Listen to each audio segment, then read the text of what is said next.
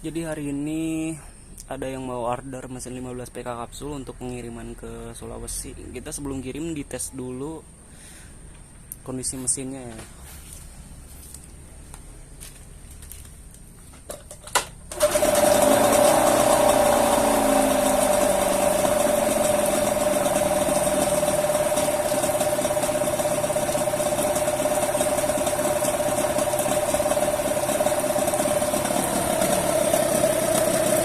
Jadi ini kondisi mesinnya.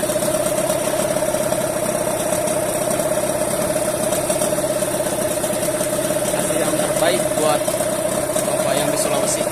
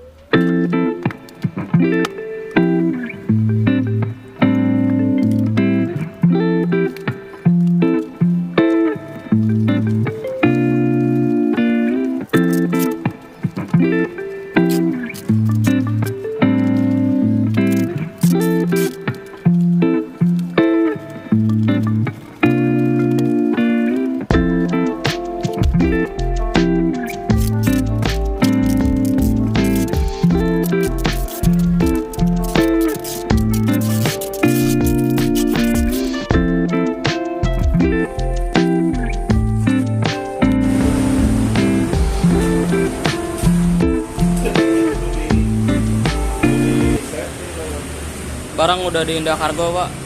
Nanti malam di packing kayu. Soalnya kalau sekarang itu ukurannya nggak pasti, Pak. Jadi kalau udah di packing kayu itu ukurannya udah pasti, jadi ketahuan gitu ongkosnya berapa.